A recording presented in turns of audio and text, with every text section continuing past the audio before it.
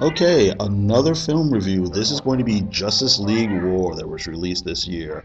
Um, it was directed by Jay Olivia.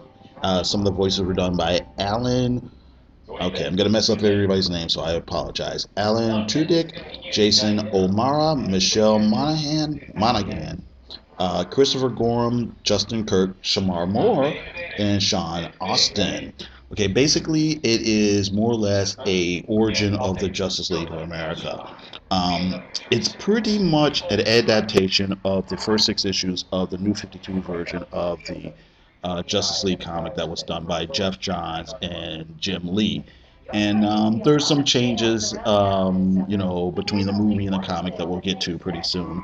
Basically, in a nutshell, it takes place in a time where the various DC heroes, Superman, Batman, Wonder Woman, Green Lantern, Flash, Shazam, are pretty much more or less starting out their careers. The world at large aren't completely sure who these guys are, what they can do, and so they don't necessarily trust all the heroes. So there's animosity towards the heroes and whatnot. The characters don't really know each other, and while this is happening, various parts around the country, strange occurrences are happening. Strange objects are turning up.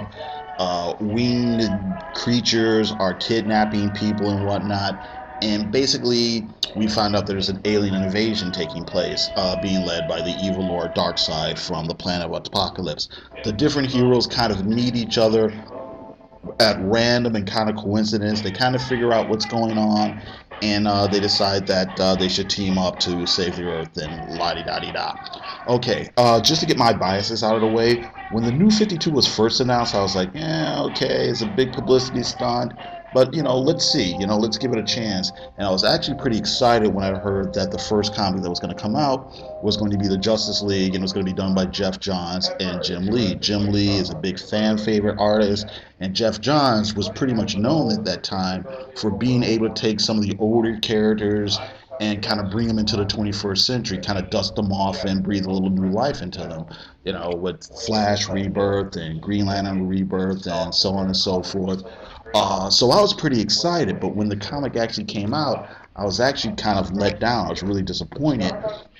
I felt that it felt kind of rushed, kind of hackneyed, and it was like, Jeff Johns is a good writer, and I just felt that that particular comic book story wasn't up to the level that he normally does. As far as this film is concerned, I actually liked it. I think it improved on some of the shortcomings that were in the original comic book. I think it fleshed out the plot a little bit more.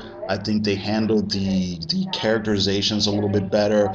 So there's a lot of dialogue that's in the comic book that's in here, that's in the movie, but it works a little bit better with the actors. I think they get the timing down, and so stuff that's supposed to be funny actually is funny, and it just worked. I think you got a little bit clearer ideal of what the invasion was about and so on and so forth. So it really worked for me, or at least it worked better for me than the comic did. So let's see here. I thought the animation style was pretty good. I liked some of the redesigns. They redesigned Wonder Woman's costume, and I think it's really corny, but I kind of liked it. Let's see here. As far as the interactions between the characters, we have to contend with the fact that these are pretty much the new 52 versions of the characters. So these aren't the characters that,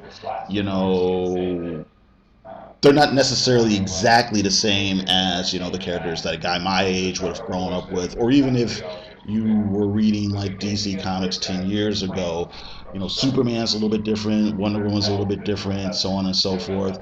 Shazam is a little bit different. But like I said, I think they make it work. I think the only thing is, let me see here. Uh, there's a scene where Superman does something kind of un-Superman-ish, but it works within it's believable, it's plausible. Let's put it that way. It's plausible within the plot. Same thing with Shazam as when he's Billy Batson. In the past, he was always portrayed as this really sweet kid, but the newer version, when he's a kid, he's kind of a brat, but that's kind of how they're doing the new 52 version of the character. So it's in line with that. Another thing is Cyborg's New 52 origin is tied to the origin of the Justice League and the alien invasion from Apocalypse. And I think it worked a lot better here in the film than it did in the comic. And I think in the comic it was kind of loose and kind of rushed.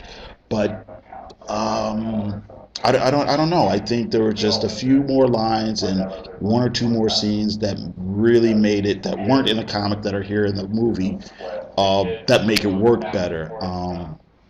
So there's that. I also like the fight scenes. The action scenes were really well done. I haven't seen each and every DC animated thing, but of the ones I've seen, I'll say 90% of them, they really know how to get the action scenes done. They really know how to do superhero fight scenes.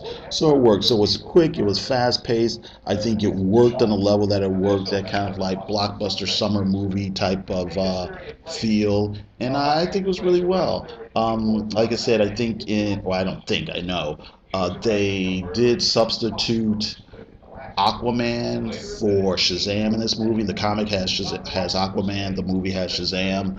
I'm not sure what the reason they did that for was, other than I know that the next big animated thing they're going to do is going to be an Aquaman centric movie. But you know, I mean, hey, look, Superman and Batman have half a dozen films. You know what I mean? They don't have to like leave them out of this, but whatever. It's all good. Maybe it's just a case of wanting to promote the Shazam character a little bit more and give him more face time and stuff like that. So anyway, that's pretty much it. Like I said, it was a fun story. I think it was a little bit better than a comic. I think as far as characterization and plot, I think it fleshed things out a little bit better, and it really worked for me. Okay, so that's it. I got to thank you very much for listening, and you have a great day.